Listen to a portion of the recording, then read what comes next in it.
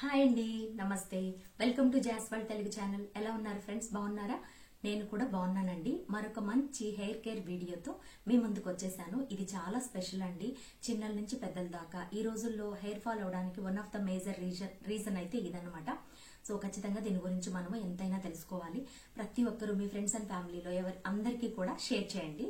ఒకప్పుడైతే మనందరం కూడా అమ్మలు చేసిన షాంపూస్ వాడేవాళ్ళం. మీ కుంకుడుకాయ కానీ షీకాకాయ కానీ ఇది బాగా దంచుకొని ముందు రోజు నైట్ నానబెట్టుకొని అంటే అది ఫర్మెంట్ అయ్యి మంచిగా నొరగొచ్చి మనకి ఎక్కువ నురుగైతే రాదు, బట్ మనకి మంచిగా హెయిర్ కి అయితే మంచి చేసేది.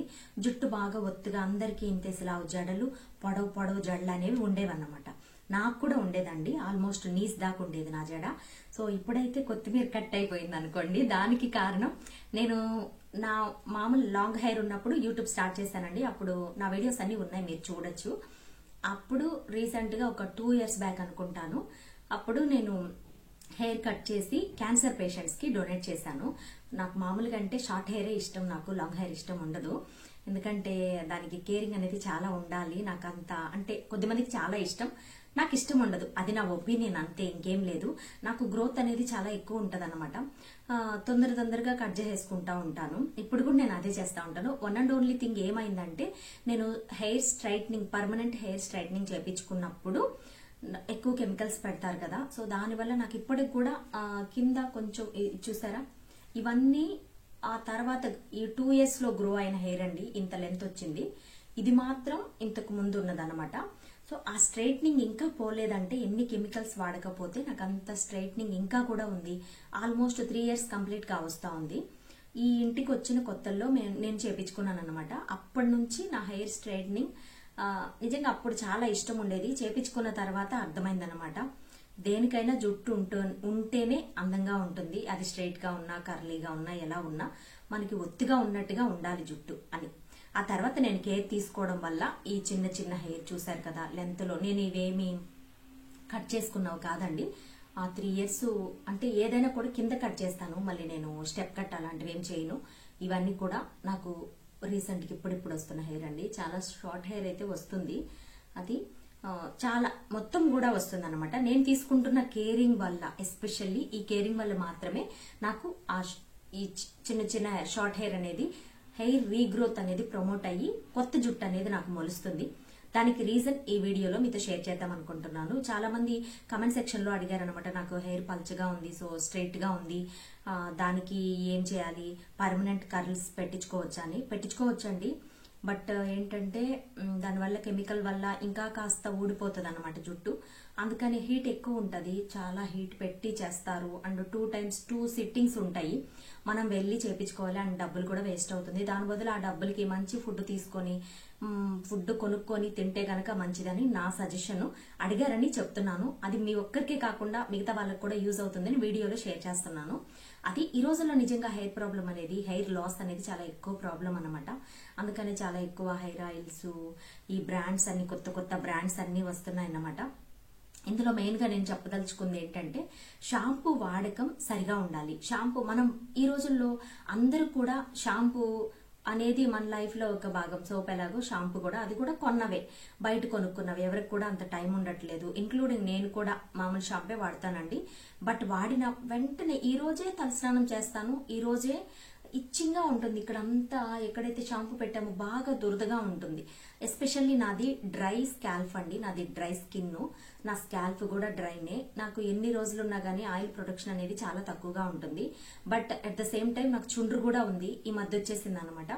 చుండ్రుండి ఇలా ఉన్న ప్రతి ఒక్కరికి ఈ వీడియో అయితే నిజంగా మిరకిల్ చేస్తుంది. మీకు మీ స్కాల్ఫ్ లో ఉన్న చుండ్రంతా కూడా తీసివేసేసి మంచిగా స్కాల్ఫ్ లో ఇచ్చింగ్ లేకుండా చేసి, మనం వాడే షాంపూలో ఎలాంటి కెమికల్స్ అయితే ఎఫెక్ట్ మన స్కాల్ఫ్ మీద, జుట్టు మీద పడుతుందో అది పడనీయకుండా చేస్తుంది. నిజంగా చాలా యూస్ఫుల్ అవుతుంది ఈ వీడియో అయితే. స్టార్టింగ్ నుంచి ఎండింగ్ వరకు చూడండి, చాలా బాగుంటుంది.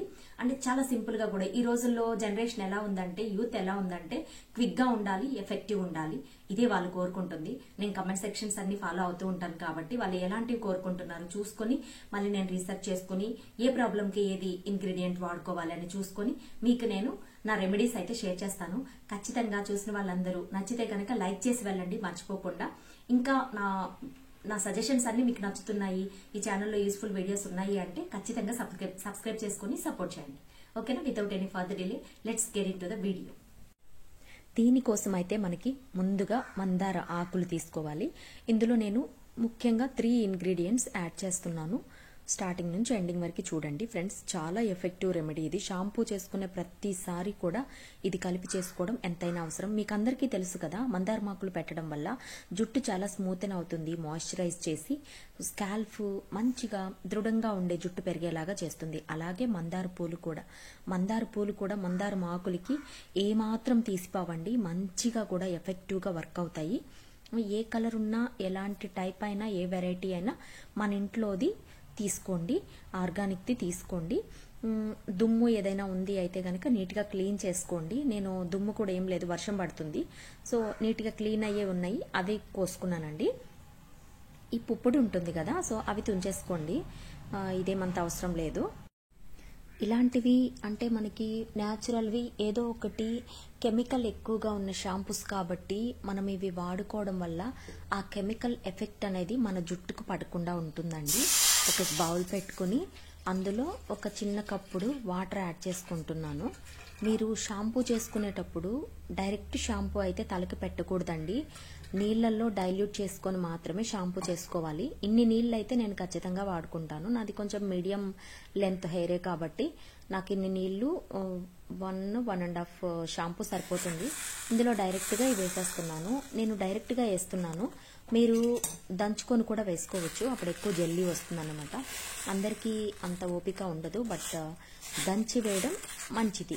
ఒకవేళ దంచలేదు అయితే గనక, నాలాగా చేస్తున్నారైతే గనక ఎండింగ్లో బాగా స్మాష్ చేసి వాడుకోవాలండి. అది కూడా నేను మీకు షేర్ చేస్తాను. పువ్వులు చూసారా, కొంచెం హీట్ అయిన వాటర్లో వేసాం కాబట్టి, కొంచెం వేడైన నీళ్ళలో వేసాం కాబట్టి పువ్వులు వేయగానే కలర్ మారిపోతుంది. సో ఈ ఆకులు మాత్రం కొంచెం డార్క్ కలర్లోకి రావాలండి. సిమ్లో పెట్టే మొత్తం చెయ్యాలి, ఫ్లేమ్ మాత్రం ఎక్కువ పెట్టుకోవద్దు, సిమ్లో పెట్టి చేసుకోండి. ఇదంతా అవడానికి 3 నుంచి 5 నిమిషాలు, 2 నుంచి 3 నిమిషాలేలేండి, అంతే ఎక్కువ పట్టదు. జస్ట్ 2-3 మినిట్స్ టైం పడుతుంది. ఇది జస్ట్ అలా చేసుకున్న తర్వాత మనకి డార్క్ కలర్లోకి వచ్చేస్తాయండి. ఆల్రెడీ టర్న్ అయ్యాయి చూసారా, లీవ్స్ గ్రీన్లో ఉన్నవి డార్క్ గ్రీన్ కలర్కి వచ్చేస్తాయి. అలా వచ్చేసాక మనం స్టవ్ ఆఫ్ చేసుకోవడమే అండి. జుట్టుకి మంచిగా పోషకాలను అందిస్తుంది. మనం ప్యాక్ పెట్టుకుంటే ఎంత ఎఫెక్ట్ అయితే ఉంటుందో అంతే ఎఫెక్ట్ ఉండేలాగా చేస్తుంది. కొంచెం బాగా మరుగుతున్న టైంలోని ఒక్క స్పూన్, చిన్న స్పూన్ అంతా ఈ మెంతులు వేసుకోండి. ఇది 3rd ఇంగ్రీడియంట్ అండి. ఇవి 3 చాలండి. మంచిగా జుట్టులో ఉన్న చుండ్రు లేదా ఏమైనా ఇన్ఫెక్షన్స్ ఏమైనా ఉండి దురదలు ఎక్కువ పెడుతున్నాయి, ఎక్కువ డ్రై అయిపోయినా, వాటి వల్ల ఇబ్బంది, సెల్స్ పూడిపోయినా కూడా రీగ్రోత్ అవ్వడానికి ఇవి 3 కూడా బాగా ఉపయోగపడతాయి అన్నమాట. అందుకనే వీటిని యాడ్ చేశాను. చాలా మంచి ఎఫెక్టివ్ రెమెడీ అండి. షాంపూ వాడిన ప్రతిసారి కూడా దీన్ని వేసుకోండి. ఇలా డార్క్ కలర్కి వచ్చేయాలండి మనకి ఆకులు. ఇప్పుడు ఈ టైంలోని మెంతుల్లో ఉన్న సారం కూడా మొత్తం దిగేసి ఉంటుంది. ఇంకా మనము స్టవ్ ఆఫ్ చేసుకొని అలా సైడ్కి పెట్టేసామంటే కనుక అది చల్లారాక అప్పుడు వడపోసుకోండి. ఈ వడపోసుకునే ముందుగా దీన్ని బాగా కలుపుకోవాలి, బాగా మెత్తగా చేసేసుకొని బాగా పిసకాలి ఇట్లా పట్టి.